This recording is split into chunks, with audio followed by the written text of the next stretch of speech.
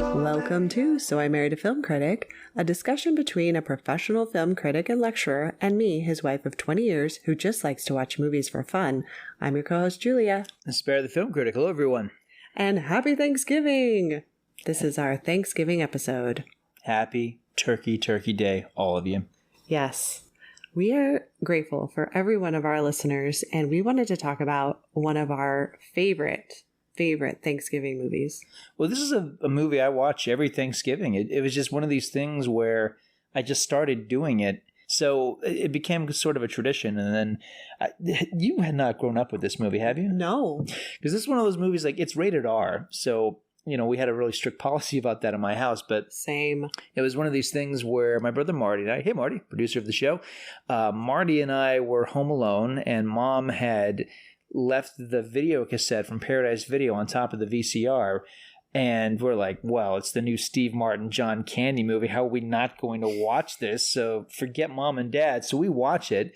I don't know where they were. It was like a Saturday afternoon. They had some friends from out of town. And then they came home like that evening. And Mom's like, I got a surprise for you. Like, yeah, we know. We've watched it. She's like, oh, you were not supposed to watch that without us. It's rated R. I'm like, Mom, it's the new Steve Martin, John Candy movie. Like, we're not going to watch it top to bottom. Yeah, so we watched it again that evening. Yeah. That's awesome. So the first time you saw it, you watched it twice in one day? Yes. And you loved it both times? Oh, absolutely. Yep. Plus, it's a movie that's got, at the time, it felt, for me at least, like a record amount of fudge words, as my mother would call them. My mom did not like movies with fudge words in them, and this one has, I think 21 is the number, 21 uses. But he didn't say fudge. That's right. That's funny. Yeah, the first time I saw it was with you. Okay, so I introduced you to it. Nice. Excellent. And ever since then, I think we've watched it almost every Thanksgiving, if not every one. I don't know. Some movies just don't age well. Some movies just don't get funnier the more you watch it. This is just one of those films because it's so layered, because Hughes is throwing so much at it. He's making this movie so stylish, even when it doesn't need to be. It's one of my favorite comedies. I don't know if it's my favorite John Hughes movie necessarily, although I've seen it more than any of the others. But, this was his first grown-up movie, so to speak, which is funny because it's about two men who act like children. So I guess it's his grown-up movie. But no, I mean, this is his first, his post-teen film, coming after 16 Candles, Ferris Bueller, Some Kind of Wonderful, one of my favorites of his. Pretty in Pink, which is not one of my favorites of his. People love Pretty in Pink. I like Some Kind of Wonderful better, but that's a whole other episode. Okay, well, let's get into it because this movie opens up in New York City, and Neil Page, played by Steve Martin, is in like an end of the day work meeting, and he's just like, I gotta get home. And the guy, he's in marketing, and so the boss is looking at all these marketing, advertisements, and he just cannot decide. And so Neil's just looking over at his partner across the table. Yeah, it's great because there's no dialogue. You're just kind of taking all this visual information. Like Hughes has this wonderful thing of showing you what time it is and then what time the plane is going to be leaving. So you understand the tension that Martin's character is feeling. Lyman Ward is playing John, his colleague here. And Lyman Ward, of course, played Ferris Bueller's father in Ferris Bueller's Day Off, also a John Hughes film. So you kind of wonder, like, is he playing the same character? Because in Ferris Bueller, his name is Tom, but it seems like the same character, and he's in the same trade. You do kind of wonder if this guy would just look out the window, would he see Ferris Bueller like on a float going down Times Square, lip syncing to Wayne Newton again? Because, I mean, I don't think it's that far-fetched to think that, Ferris Bueller could have gone on another adventure using his father's credit card, and this time it's in New York, and he's still got Cameron. Yeah. And Cameron's freaking out. I don't know if Simone would have gone the distance, though. I don't know. Really? I don't know. I don't know if she and Ferris are forever. I just don't.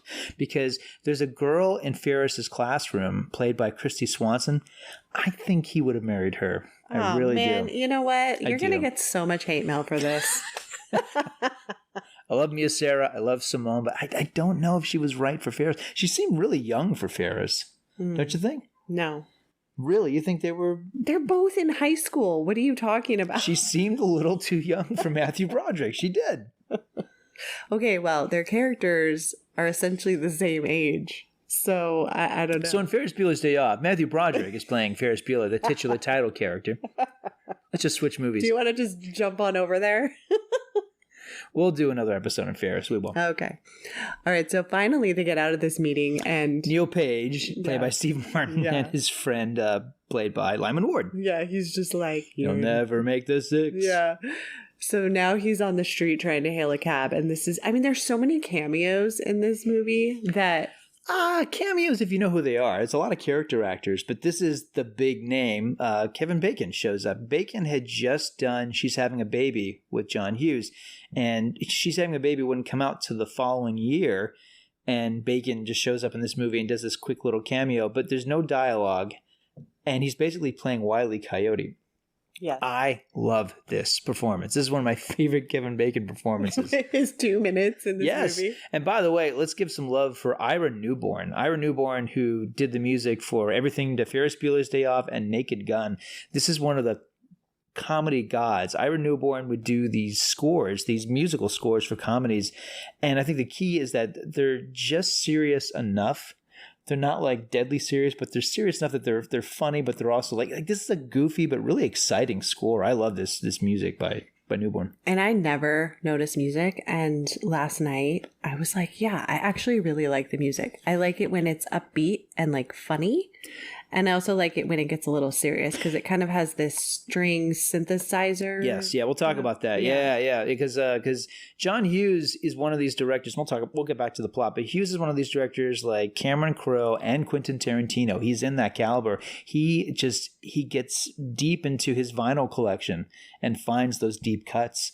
So he's not using the stuff that anybody else is, and he's finding, he'll find like popular artists, but he'll go really deep into their body of work to find those good cuts. So yeah, I know what you're talking about. We'll definitely talk about that.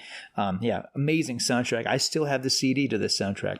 Okay, so Neil Page is racing Kevin Bacon, and Neil trips over Del Griffith's big trunk. Del Griffith, of course, is played by John Candy, established that he's in the cab that should have belonged to Steve Martin. There's that business where Martin and a lawyer are bidding for this cab. And it's pretty sad. I know. And John Candy's character just takes it and steals it. And so then finally, when Neil gets to the airport, his flight is delayed. So he's sitting in the waiting area and he's like right across from John Candy, and they're both looking at each other, and John Candy's, who plays Del, he's like, don't I know you? I know you. And he's like, you are the one who stole my cab. So they have this really good kind of... It's hate at first sight. Yeah, hate at first sight. I know you, don't I? I'm usually very good with names, but I'll be damned if I haven't forgotten yours. You stole my cab. I've never stolen anything in my life. I hailed a cab on Park Avenue this afternoon, and before I could get in it, you stole it. You're the guy who tried to get my cab. I knew you, yeah. You scared the bejesus out of me.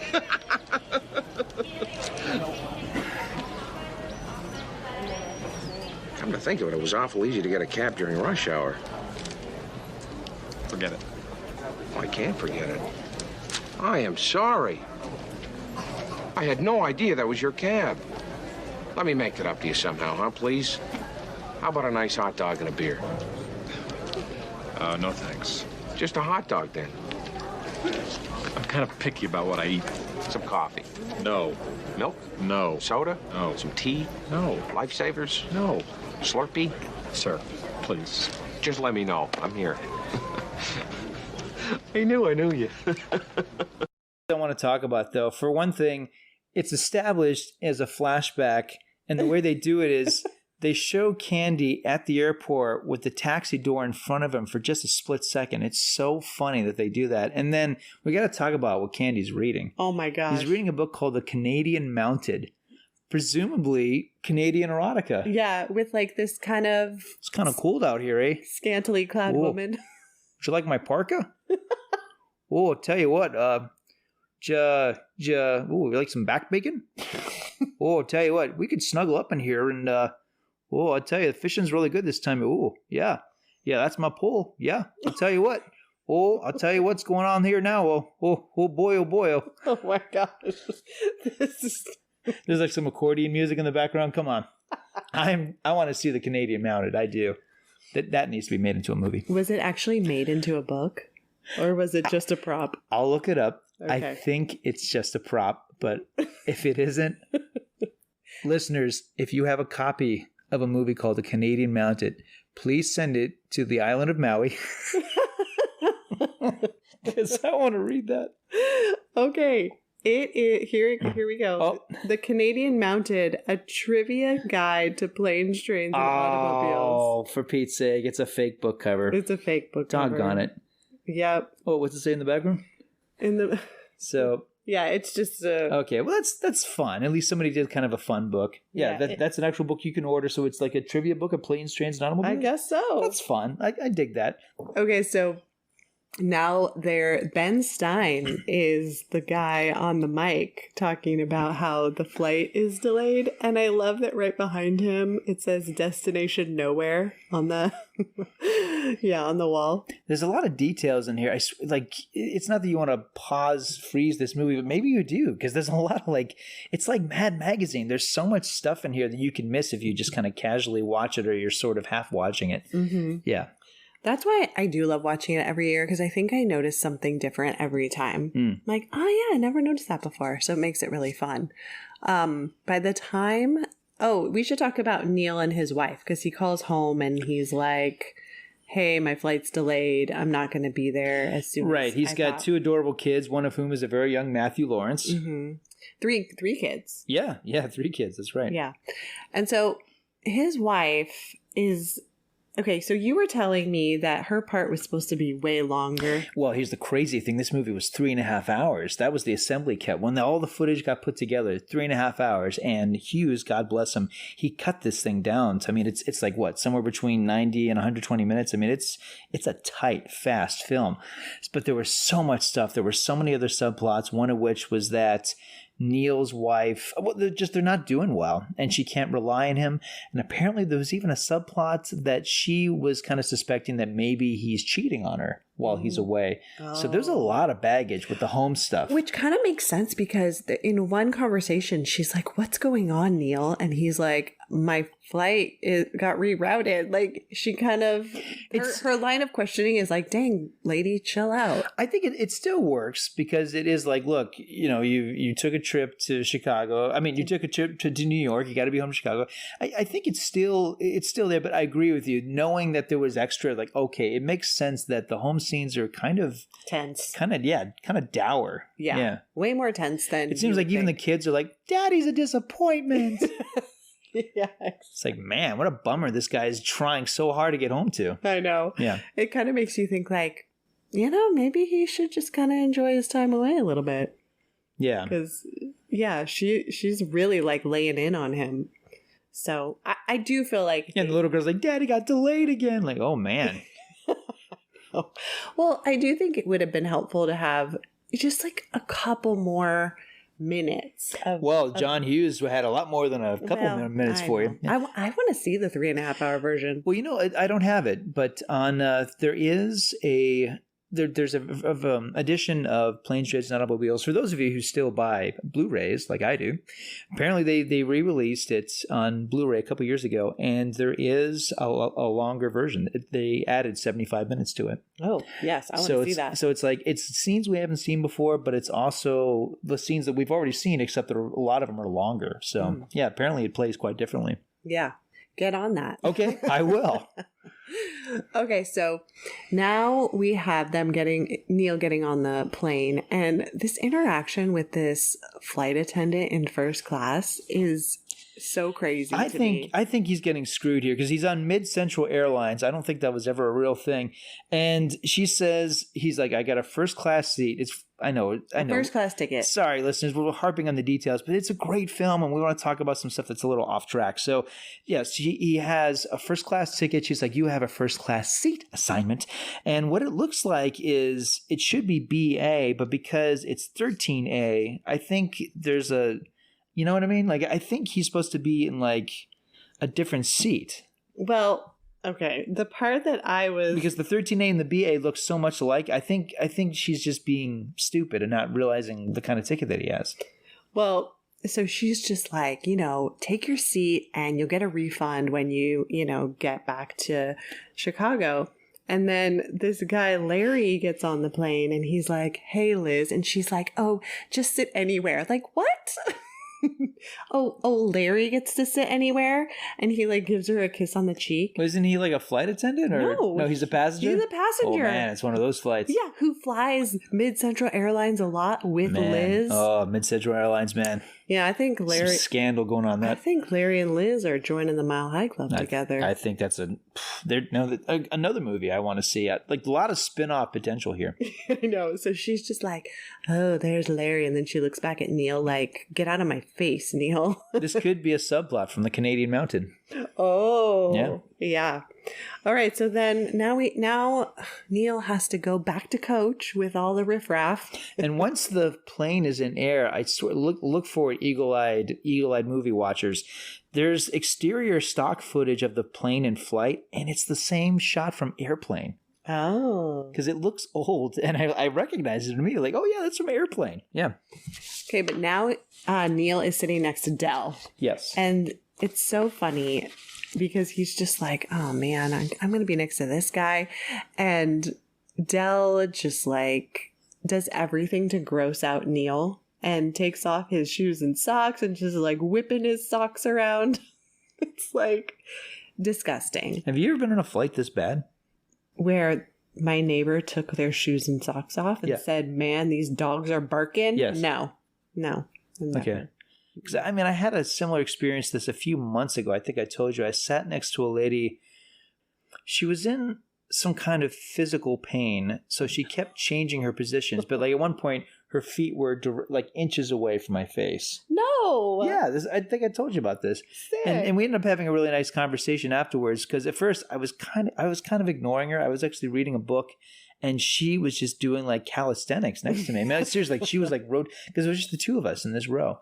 And she eventually revealed to me that she was not comfortable. Oh, and she was feeling claustrophobic. So I kind of talked her through it. Oh, you did tell me that. Yeah. Mm-hmm. So it wound up being a really nice interaction overall. Like for 50 minutes, I'm just like, oh my gosh. Like, yeah. Because, her little stinky, socky feet were just like right by my face. And yeah.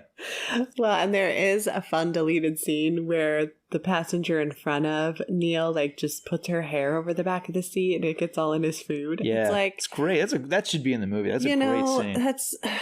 Yeah. People's plane etiquette these days is really bad. I can't believe how bad it is. I mean, it's like, because I do remember, I'm old enough, I'm pushing 50, I'm old enough that I do remember. Oh, not really, but okay. Oh, I'm on my way. Are you kidding? Closer than you are, young lady. I remember when people used to get dressed to be on planes. Yes. Seriously, like I remember like you're going on a plane, suit and tie, or at least you wear like a nice sweater because it gets cold up there. Like, like people dressed up. You know what ruined it? Athleisure wear. Those juicy couture like velvet pants and sweatshirts, that said like juicy on the butt. I think that ruined plane travel. Yeah. How? And Ugg boots. Because I think like in the 90s, girls were like, you know what? I'm going to wear this juicy sweatsuit and these Uggs. And that's what's going to be my plane wear. I just want to be comfortable. And then everyone was like, yeah, we want to be comfortable. Wow. I think then it like went too far the other way, that description annoys me so much. I kind of think it is true, just because it's kind of like with a conspiracy theory. It's like that feels right. That just feels. I'm so angry right now. Yeah, you can just see all the butts with the juicy walking ahead of you. I sure can. Yeah. Yeah, it's a travesty what's happening. By the way, no one reads on planes anymore. They used to leave like, Michael Crichton and Stephen King books and, in their little seats because everybody be reading. No one reads anymore. They're all staring at their phones. Well, all right. All right. Sorry. All right, boomer. People should dress up to get on planes. That's what I'm saying. All right. So this plane lands in Wichita, which it's like, okay, did they not tell them? I don't know. It seems like they land in Wichita and everyone's like, what? Like, how did we get here? Yeah. Like they didn't announce it on the plane. Well, you know what? I do think, and we'll talk about it, there's a point where you can tell that we're skipping over some scenes. Oh, okay. Definitely. And I think this might be one of those moments. I think the movie gets away with it, but I'll tell you when. There's a big one in the end. It's like, okay, we're probably missing about 15 minutes. Okay, so I love this part because, you know, of course, Neil has to call his wife again, and then he sees Del, and Del's like, This quotable lines. I know, left this and is right. my actual favorite line of the movie. Okay. And he's like, we'd have more luck playing pickup sticks with our butt cheeks than getting out of here tonight. It's amazing how much you've quoted that in our 20 years of marriage. At one point, Joe Griffith says, like your wife, love your wife. Yes. I love that so much. Yeah. So he's like, yeah, while everyone else was, you know, calling home, I was calling the Braidwood Inn. And he says, you know, if you pay for the taxi, I can get you a room. And so this is where I think we start to see a little bit of, I hate to call it a grift, but Del's. It is a grift. Yeah. Oh, yeah. No, that's a great way to put it. Yeah. Okay. Yeah. Neil is by the book. He does everything the way you're supposed to do it. That's why he didn't get his taxi. That's why he got hustled by a lawyer. That's why he's sitting not listening. He's sitting like an idiot while the client is looking at those pictures for hours. He's not somebody who speaks out. You know, he's somebody who's like, he plays by the rules. Del is a hustler. He's a shower curtain salesman, and he's good at it too. He's really good at it. Shower curtain ring. Excuse me, a shower curtain ring salesman. He doesn't even sell the shower curtains. Yes, he sells the rings. You're right, and he's good at it. He's got clients, nationwide. It's awesome. Yeah. So oddly enough, I mean, this is the classic comedy duo. You got a skinny guy, you got a big guy, you got one who's loud and outspoken, one who's quiet. I mean, that's the classic aspect of it. But the fact that it's two very different kinds of working class. You've got, you got yuppie scum, Neil, and then you got Del, who's the working man. Yeah, I know. I love it. And so they end up getting a taxi, Doobie's Taxiola. Yeah, yeah. This is a satanic taxi. I love it. On the side of it, it says Chariot of Sin in quotes. And there is a little devil on the, I guess, like the hood ornament. Yeah. Yeah. And it's funny because they say like it's the middle of the night and so much happens. I wonder when they actually get to sleep, because it's like there's a cab ride, there's checking into this motel, there's finding out that there's only one room with one, not even a queen size bed. This is like a little larger than a twin. Can I also just say that the actor playing Doobie, as well as the actor playing the manager of the Braidwood Inn, these day players are killing it. Mm-hmm. These actors are in this movie for just a couple of minutes, and they are fantastic. They're so funny. And eventually we'll get to some character actors who people will recognize, but for the most part, these are character actors who are in John Hughes movies or in a few other movies. You wouldn't know them by their name, but you know them by their face. I mean, everybody is so well cast in this thing. Well, and they're memorable. Yes. Which is not usual. Mm-hmm. Yeah, you never remember that. All right, so they get into the Braidwood Inn. There's one bed. I mean, everything goes wrong for Neil. Like, Del uses all the towels. The bathroom is just a mess. He spills beer on the bed. It's like, Del clearing his sinuses. I mean, poor Neil. Well, the thing that weirds me out is like he's in the bathroom for one session and everything is wet. The towels on the floor. And there's newspaper. There's like wet newspaper on the floor. It's amazing how gross he is. Yeah. It's disgusting. Yeah. And so finally, Neil is just like, after the clearing of the sinuses bit, he's just like, I can't do this anymore. And they get into this huge fight. And it's one of those moments where I feel like you start laughing and then you realize like, ooh, man, Neil is really going for it. It's a great scene. It's one of the best scenes John Hughes has ever written because it starts off very funny and Martin is playing the farce of it, but it goes on for a while. And two things. It goes from being genuinely like, you're gross and you shouldn't do this. And it goes to being very personal. Extremely personal and really mean, really attacking this guy who, has indeed been quite accommodating and even like protective of him. And the camera lingers on Candy, and Candy, not only are we seeing someone who's really hurt, like Candy's not giving a comical reaction to this, he's playing it for real. It's heartbreaking. And when Candy responds, with his monologue, which is among other things, he says, I like me, my wife likes me. It's underscored by The Power to Believe by Dream Academy. That becomes kind of like his de facto theme for the movie. And it's beautiful. It's a weird choice. Is that the synthesizer? Yeah, it's gorgeous. I love it. I love this song. Yeah, Power to Believe by Dream Academy. Listeners, if you haven't heard it, check it out. It's again, it's one of those great John Hughes deep cuts. It's a beautiful song, and it's used to underscore this scene, and it's haunting. It really is, and it's perfect for this moment. So yeah, they have this big moment, and it, and on the one hand, it is kind of, the comedy comes back because the way they try to move on from the moment. But it's like that's one of the things that's so special about this movie is it can get really really real, because there's a lot of moments between the two of them that are really awkward and really kind of painful at times, but the movie can go back to being cartoonish and farcical. That's one of the things that Hughes always did. You remember that scene at the end of Ferris Bueller where Cameron has that heartbreaking monologue about how he can never please his father, then he kicks the car, that's the movie stops to be deadly serious for like 10 minutes, and then it goes back to that awesome bit where Ferris has to run across the neighborhood. Hughes, in his best films, he was just brilliant at contrast of tone.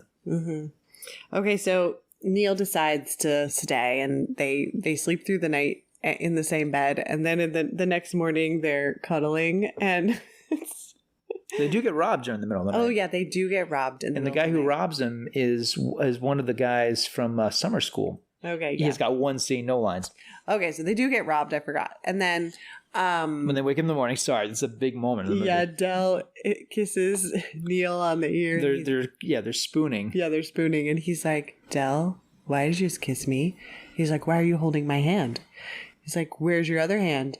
In between two pillows. Those aren't pillows. And that's another where they just like jump out of bed and they start to be like, oh yeah, how about those bears, typical. Trying to reestablish the masculinity. Yes. Yeah, it's great. It's a classic bit. It is. All right, so now they're gonna try and get a train. So it's funny, I mean, Del really has so many connections that he's like, we're not going to be able to get a flight out, but we can get on a train. Well, isn't there the bit where Gus's son, they yeah. So they're getting a ride. Right, and yes. And so this guy picks them up in his truck, and this is Dylan Baker, the character actor from Happiness and Trick or Treat. It's one scene, and he is amazing in this bit. I mean, he looks like he's having a stroke. It's awesome. Where he's just, he's like chewing tobacco and like spitting, and it's just disgusting. I mean, I don't know how this character looked on paper, but Baker's like, I'm going to play this thing all the way up to 11. Yeah. This is like one of the great redneck performances. I love this performance. It's so funny and aggressive. And these guys have to ride in the back of the truck in freezing temperatures for like 40 miles. And there's a dog back there that also has a scene-stealing moment. Oh, can we talk about one quick moment? Yeah. I'm so sorry. When they meet the son for the first time, Dylan Baker as Owen the son, and there's a bit, it's really fast, but you don't want to miss it, where Owen spits into his hand, and then he shakes Steve Martin's hand. And if you watch really closely, Martin does react to it. It's great. It's in the movie. Yeah, it's disgusting because everything gross keeps happening to Neil. Right. He can't handle how real everything is. And this is not a first class ticket. This is not how I normally live my life. Yeah. So they finally get to the train station, and they don't have seats next to each other, and so you kind of think like, okay, this is where they're going to part ways. And what I love about this movie is that the fact that they keep being thrown together, it could feel way more contrived than it is.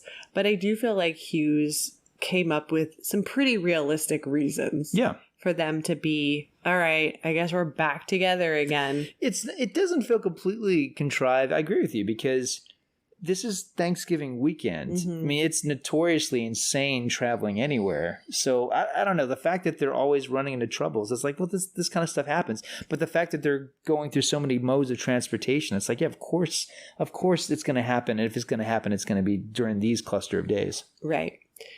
So Neil does end up paying for. Well, you're talking about the frozen dog? Oh, well, I mentioned the frozen dog. Okay, because that close to the frozen dog. I mean, yeah. But you have to see that. We can't describe it. Yeah, you're right. Watch the movie and crack up at the frozen dog. You'll love the frozen dog. It's the best. It's funny. So now they're at the diner. It's the diner where they're having dinner together, right? No, they're getting on the train. They're on the train. The train breaks down, and then they have to walk to town. Got it. And get on a bus. And then they do go to a diner, but I think it's after their bus ride, because their bus ride only goes to a certain city. Right. They can't get all the way to Chicago because, again, it's packed. It's okay, booked. I'm skipping ahead. Yeah. Yeah. And so, yeah, you can go to the diner. This is where, actually, there's a couple diner scenes. I'm talking about the one where, there's the one where they realize that they've been robbed. Okay. That's early. But then the one I'm talking about is the one where it seems like Martin is giving a real compliment. And then it turns out he's kind of breaking up with Dell. Yes. That's the he's one like, we put our, that's the one. Yeah. We put our heads together. We just kind of get nowhere. Yes. And again, I love this scene so much because it's not played for laughs. And it takes you off guard because Martin, the character is relatable. It's so smart that they cast Martin in this role because you want to like this guy. And for the most part you do, but he's prickly. He's, and Dell is just a warm hug. So these two are, so there's the obvious emotional disconnect between the two of them. But to watch this scene, again, it's kind of heartbreaking because one of them is kind of like, this is adventure. Come on, let's go do this. Whereas Neil is like, look, let's go separate ways before this gets even worse. Mm-hmm. Yeah. I will say before they ever got on that, the truck, that is when they were in the hotel diner and they find out that their money was stolen. Yeah. And so Dell was like, well, let's just charge it to get home. But we realized that Neil's the only one with a real credit card. Right. Yeah. Dell has a credit card to the Big and Tall department store. So we're like, well, all right, it sounds like Neil's going to be paying for everything. Yeah. Yeah, which again is... And at one point, Dell sells a ton of shower curtain rings, claiming that they're rings, jewelry. Yeah. Earrings. And he's a fantastic hustler, and he makes $100. Yeah. And that's how he's saying I don't want to break precedents. So actually helping each other pay for dinner. Exactly. Yeah. Okay. So now they do take a bus, and then after the bus trip is when Neil breaks up with him, and so they go their separate ways, and Neil heads to the St. Louis airport to rent a car. And this is where he takes a bus out to the car, and the car is not there. And the bus is leaving, and he's literally stuck in the middle of nowhere. There's no one around to help him. So he has to make the long walk back.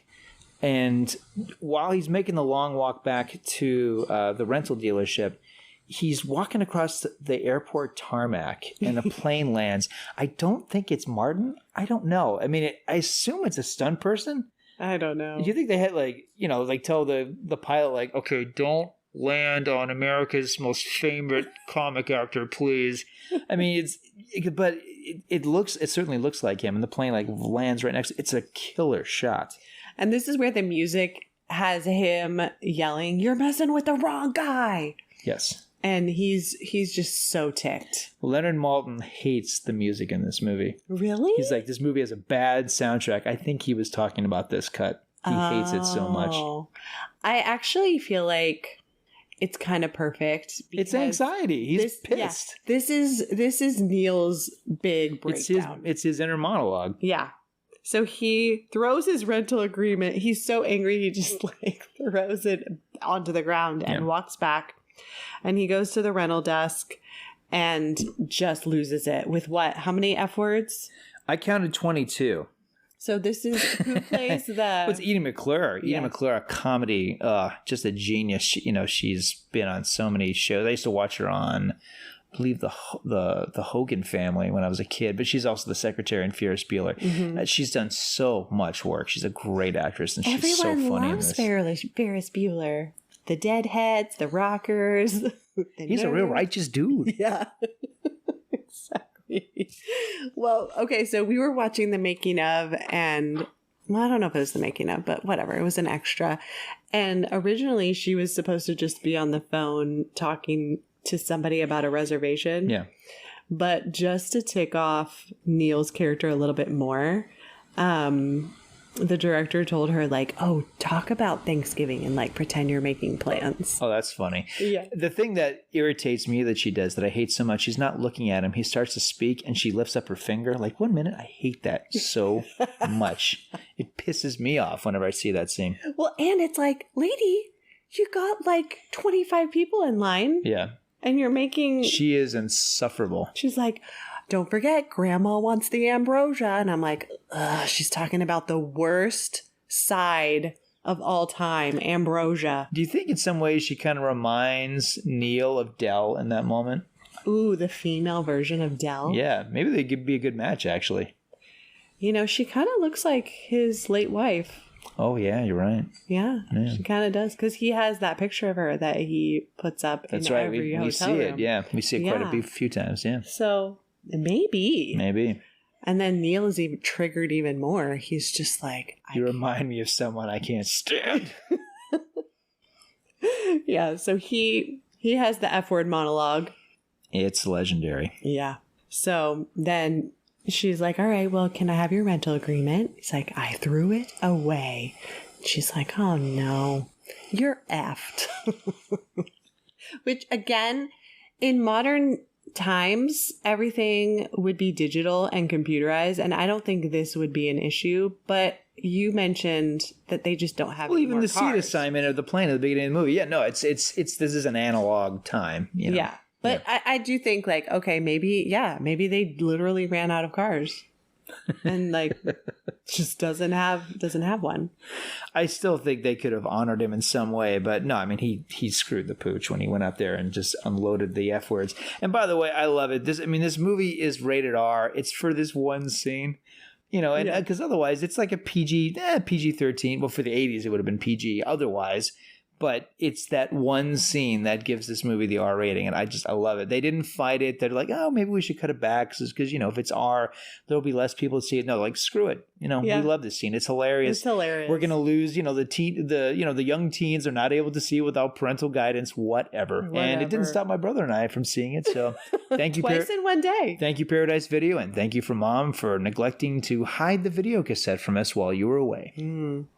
All right, well, then Neil leaves the airport and almost gets run over by Dell, who did get a rental car.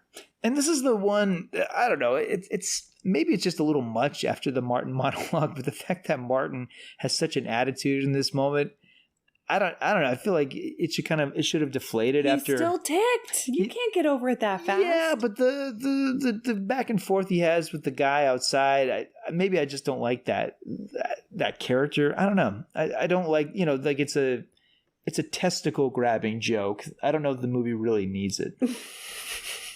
It's funny because you have Martin's voice, you know, audibly altered in the soundtrack, but it's maybe the one broad touch in this movie that I'm not really in love with. Oh, okay. Yeah. Well, that's fine. Less testicular violence, maybe. Oh, yeah. You know, all right. I think that's a man thing. Well, you know, later on they have that conversation. You play with your balls a lot. I think that covers the ground for this movie.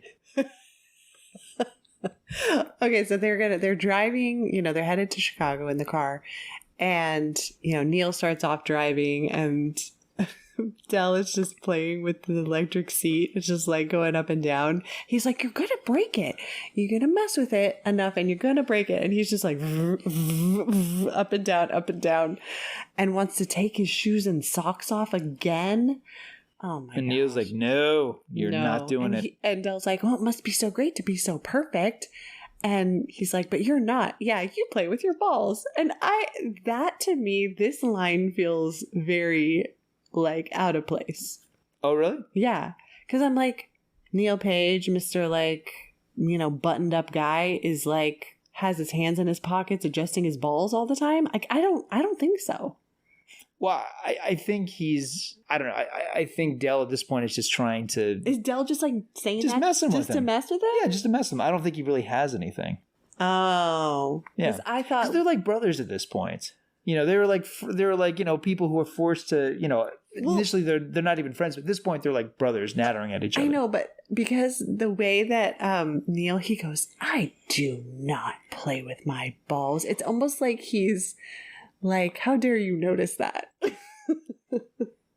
So I don't know. I don't know if it's real or not. Maybe there's some deleted scenes where he's adjusting himself. In the 3.5 hour version, that's what we're missing. Do you think there's a scene where John Candy walks in on Steve Martin? Is like, he should have knocked before he opened the door, and he catches Steve Martin like sitting on the john reading the Canadian Mounted, and maybe that's why he's accusing him of ball handling. Yeah, maybe. I think some of these lines, would make more sense in the longer version. I don't even know you. And you ask me if you could fart in bed. What am I supposed to say? Yeah, let's put up a sail and we'll get home faster. I mean, what do you got in that trunk? Whoopee cushions and beans? I know it's not a complete set of Shakespeare. I mean, did you want me to send in a kid to look at your dick, my lord? I'm 40. I mean, this is not high school. Mind if I fart? Yeah, hey, we'll both fart. Let's have a beer. We'll really fart. We'll fart all night. I'm married. I have kids. Give me a break. And by the way, when you're telling these little stories, here's a good idea. Have a point. It makes it so much more interesting for the listener. You want to hurt me? Go right ahead if it makes you feel any better. I'm an easy target. Come on, Mr. Executive. I like people, Neil. People are my business. They're my business because I make them my business. I'm a people person. I even like you, Neil. Yeah, you're right. I talk too much. I also listen too much.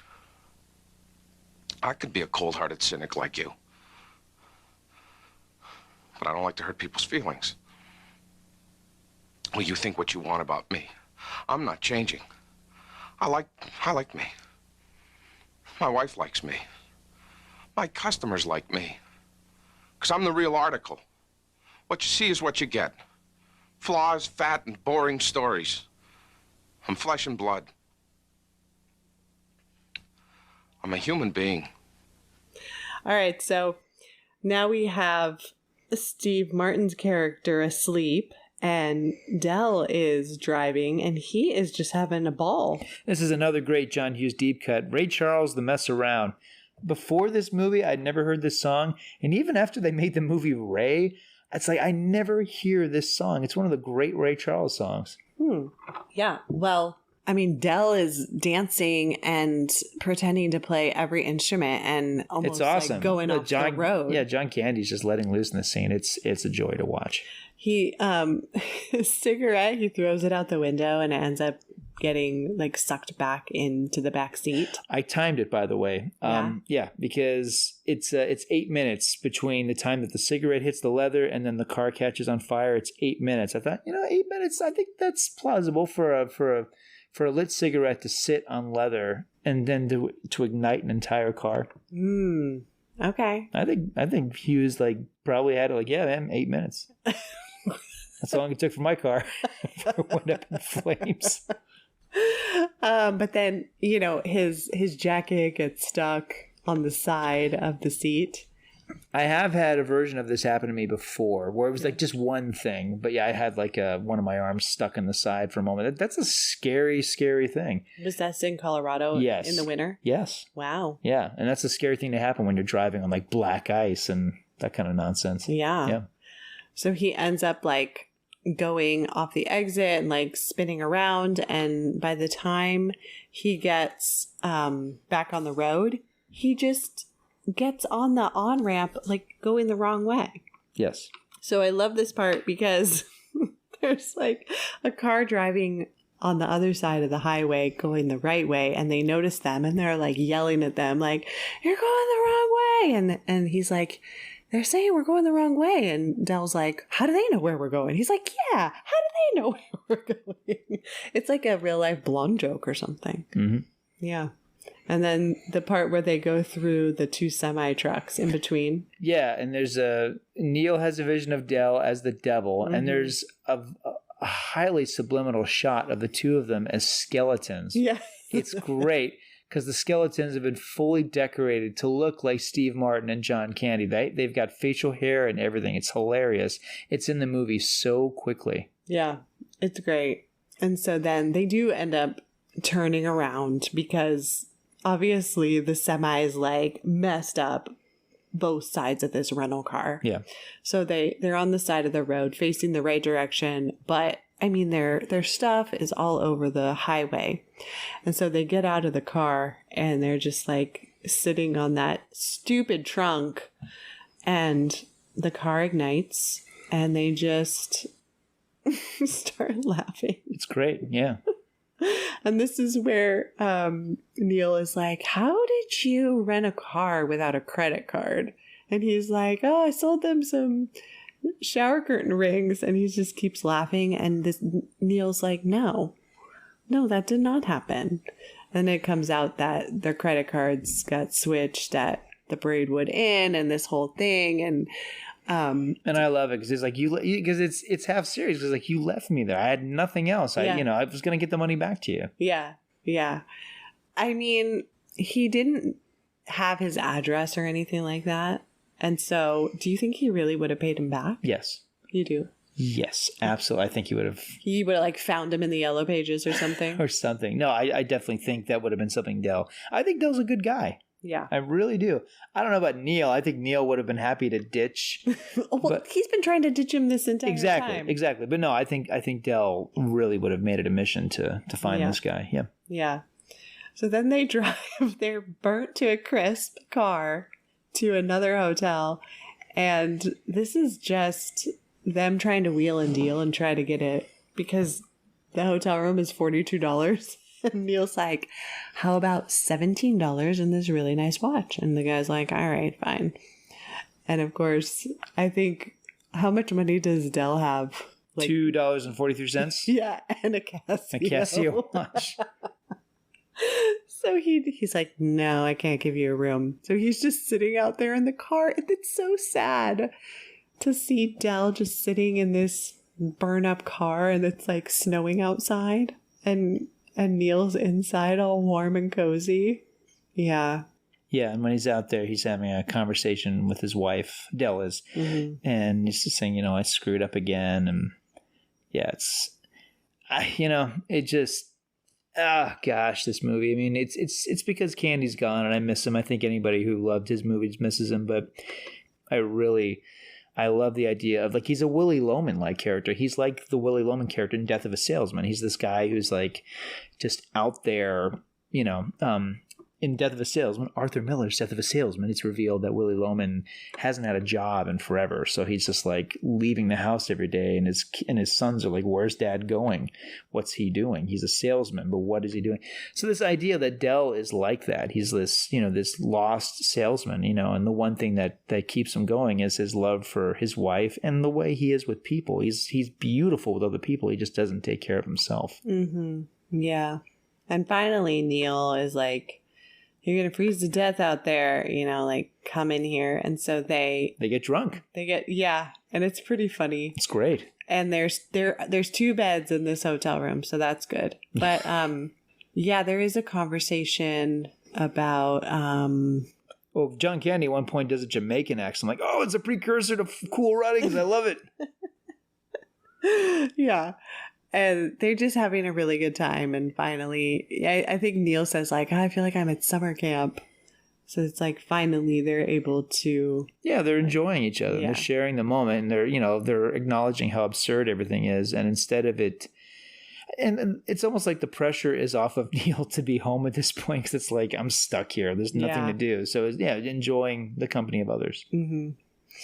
All right, the next morning, their car is basically snowed in to their spot, and Dell backs up into the room, destroys like the window and the wall of the motel. Yeah, and I'm sure at this point the guy's like, for $17 and a nice watch, this was not worth it. Yeah. So they take off and they ditch the scene of crime. It's great. They really do. And this is the 80s. It's like there's no cameras on this thing. The hotel managers are somewhere else asleep. They're totally going to get away with this. It's great. They are because they paid cash. Right. I mean, there's nothing to tie them to this crime. It's awesome. The only thing that might be a slip off if Neil's wife engraved his name on that watch. Oh. What do you think? Well, don't you think it's a fancy be watch? Like his first name though? I don't think it's gonna say Neil Page on the back. That's true. I love you, Neil Page. Yeah. From Mrs. Page. Yeah, you're right. You're right. Yeah. All right. So now they're driving this clunker and singing along to. I guess the radio still works. Yes, the radio still works, but they have no speedometers. Yeah, it's great. And then they get pulled over by the cops because the guy is like, do you feel like this is safe to drive? Do you know how fast you're going? And I love hearing Dell talk about like to try to get out of this ticket situation because he's definitely using his salesman qualities. Yeah, big time. Yeah. So this cop is played by Michael McKean of Spinal Tap.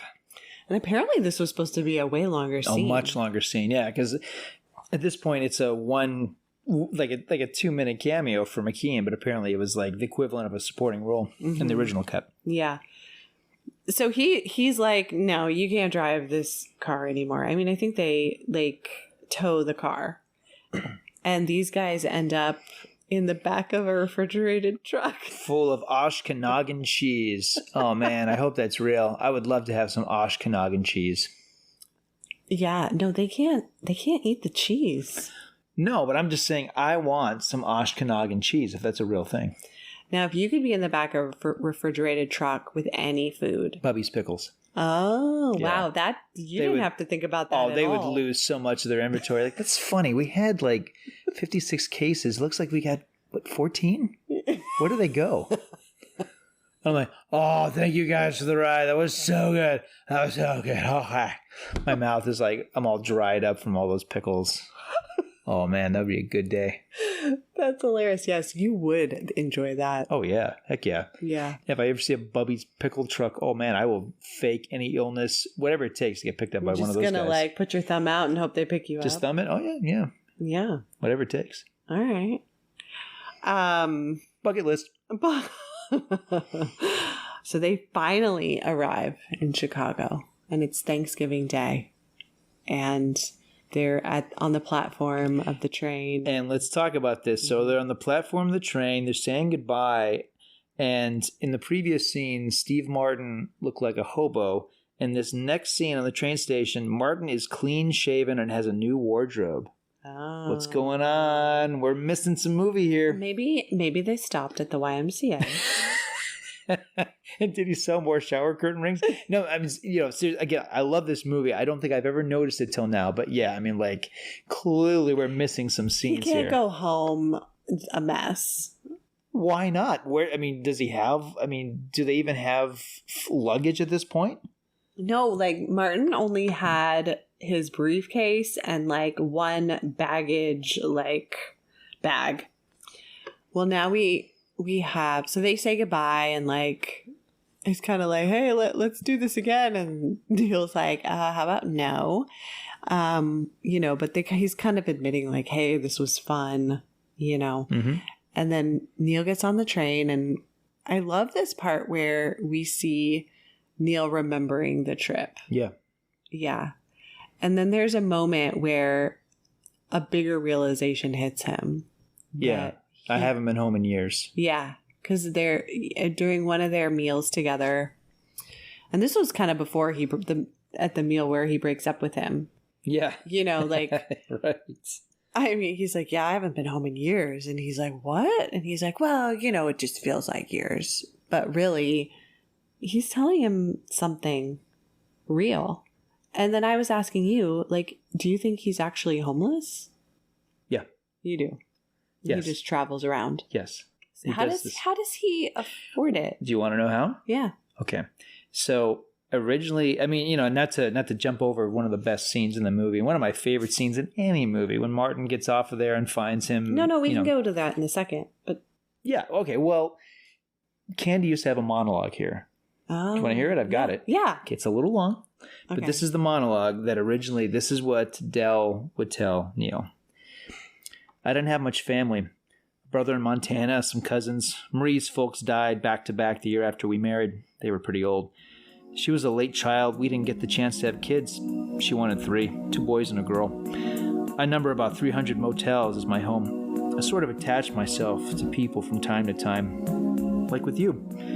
Especially around the holidays, I can take it in March, July, October. I don't mind it. But it gets hard about this time of year. I've never had much of a chance to be a family man, but it gets really hard. You know what it is? I don't get to give any of myself to anybody. It's not the getting I miss, it's the giving. I sat on that plane with you and I thought about you heading home to be with your people. And Tuesday night when you were in the shower and I looked at pictures of your kids, man, I thought you gotta be the luckiest man on earth to go home and put those little kids on your knee and hug them and kiss them. I'm 39 years old and I never had that and I never will.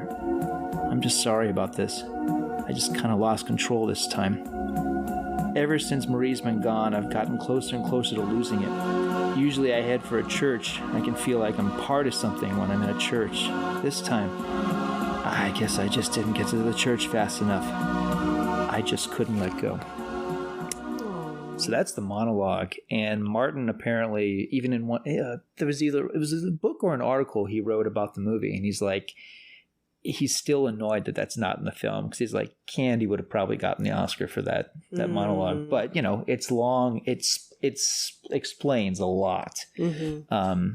And I don't know, because I agree with you. Like there's some things like, oh, like, is he specifically homeless? Like what is in that, I mean, I guess. What's in that trunk? What's in the trunk? Yeah. His life is in that trunk.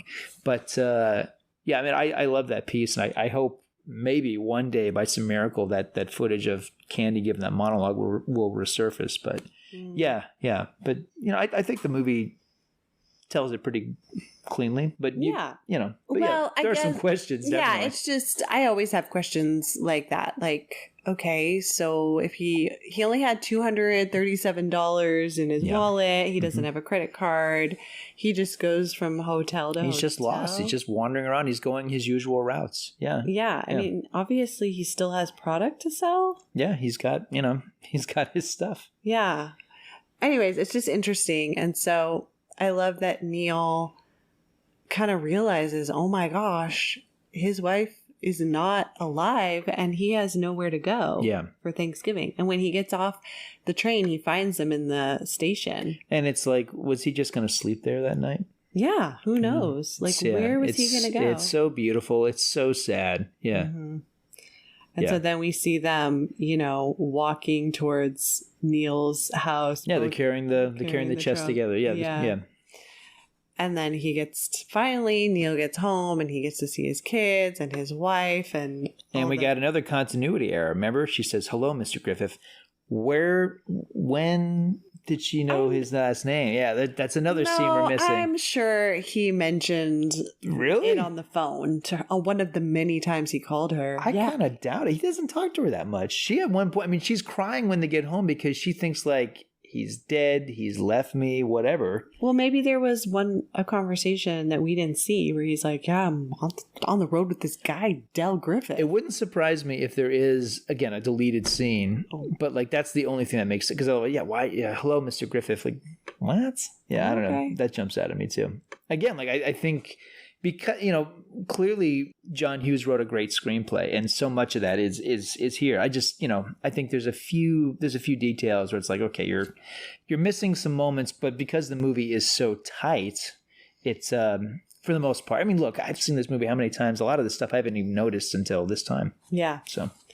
Okay, what do you think? Okay, the movie ends with a freeze frame of John Candy's face smiling, which is really sweet. Wonderful. And then we have the end credits, and then we have a final scene at the end with that goes back to the very beginning, where the guy is looking at the marketing magazine covers. Yeah, the client of Martin, who ends up playing, it ends up being the actor who plays Kevin Bacon's father-in-law, and she's having a baby. Yeah. Okay, so he still can't decide. And he's got his Thanksgiving dinner right there. So clearly, like, he's just in the office for the whole Thanksgiving break. Yeah. So it's pretty funny. But I was thinking, what do you think happens after Thanksgiving with Del?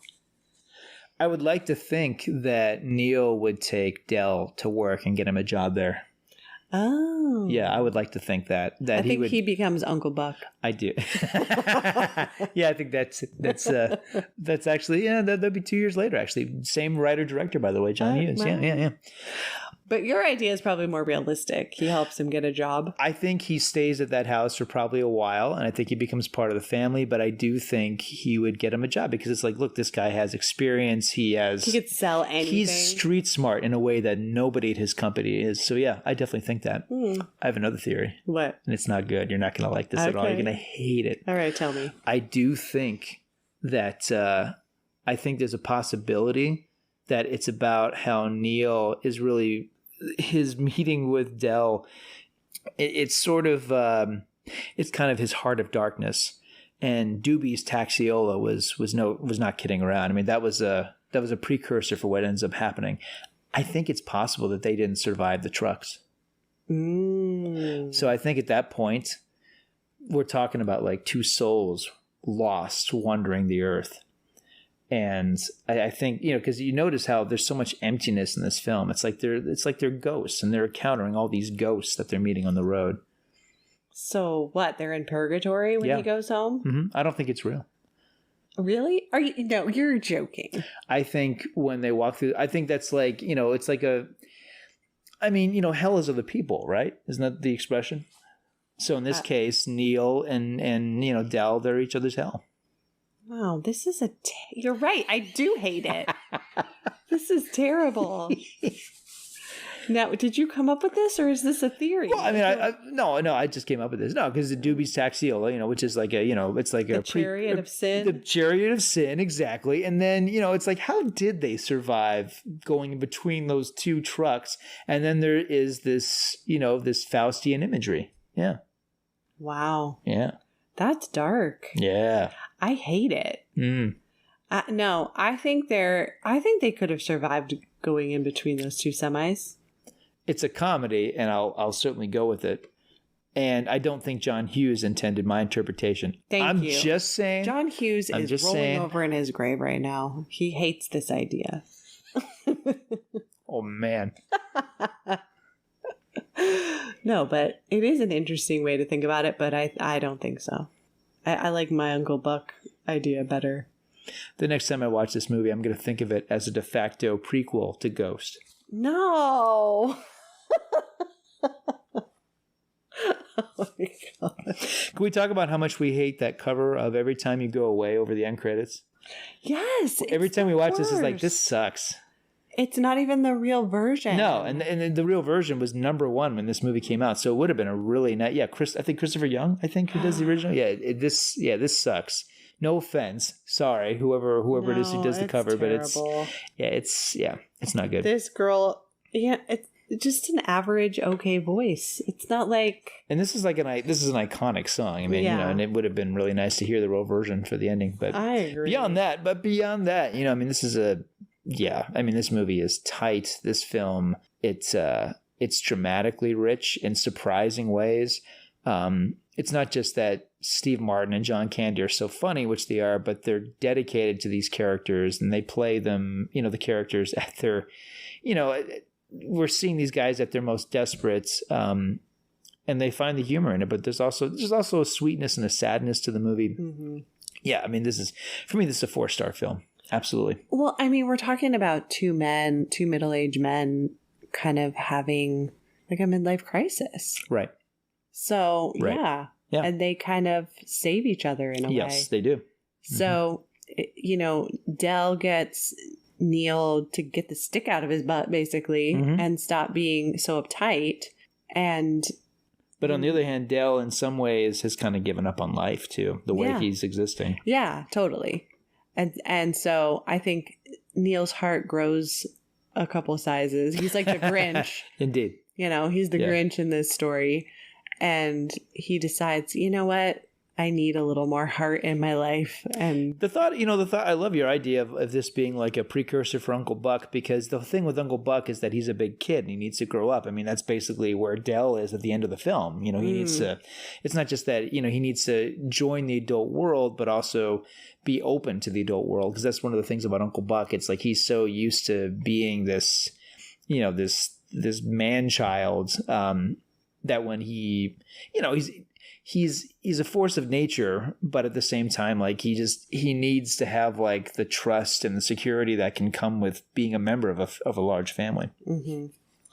Okay, can I read to you what Wikipedia says about Every Time You Go Away? Okay. A cover of Every Time You Go Away, performed by Blue Room, is played over the final scene and the credits. Hughes planned to use Paul Young's well-known hit version, but was denied the rights by the record company. Those monsters. Even though Young approved of Hughes's planned use of the song not cool. and wanted to see it included. Wow, that is so not cool. Record companies are monsters. They really are. So I just want everyone to know that it's not Hughes's fault. Okay, so would you change the ending of this film? No, not at all. I think it's pretty perfect. Yeah. I mean, I've shown it to. I used to show it quite often to film classes, and I'd do it talking about American cinema, and I'd always like, this is like a prototypical American comedy, but on the other hand, it isn't, because it's the king of the teen movies making a movie about two grown-ups, and unlike so many other films that are forced or just kind of insufferable. I mean, there's everything from Due Date with Robert Downey Jr. I mean, there's so many examples of movies that have tried to match Planes, Trains, and Automobiles, and they can't do it because they either have actors who are not well matched. The story just feels like one contrivance, one sitcom set up after another. There are times where nothing much is happening in this movie, but these two characters are so richly defined, and these two actors are so wonderful here. Yeah, I never tire of this movie. Me neither. Yeah, we'll probably watch it every year on Thanksgiving till we die, as we've been doing since we first got married. Yeah, I don't know if I forced this on you the first year we got married, but I mean, it honestly, like, it was just one of these things where I'm like, this is a great Thanksgiving movie, because what are we talking about then? Like, Home for the Holidays? Like, I don't know any Thanksgiving movies I watch. Yeah, there's nothing. Roger Ebert was right about a lot of things, and he adored this movie, which I always thought was really, really cool. All right, so 4-star film. 4-star for me. How about you? Me too. Okay, cool. 100%. We're in full agreement, even though you don't like my dark interpretation of the ending, which I think is quite fascinating. It's inventive, but incorrect. And I agree with you. I think John Hughes would have hated it, so never mind. Yeah. Okay. Happy gobble gobble, everyone. Yeah, well, I think we did it. Yes. All right. Well, happy Thanksgiving, everyone. And that concludes our discussion on Planes, Trains, and Automobiles.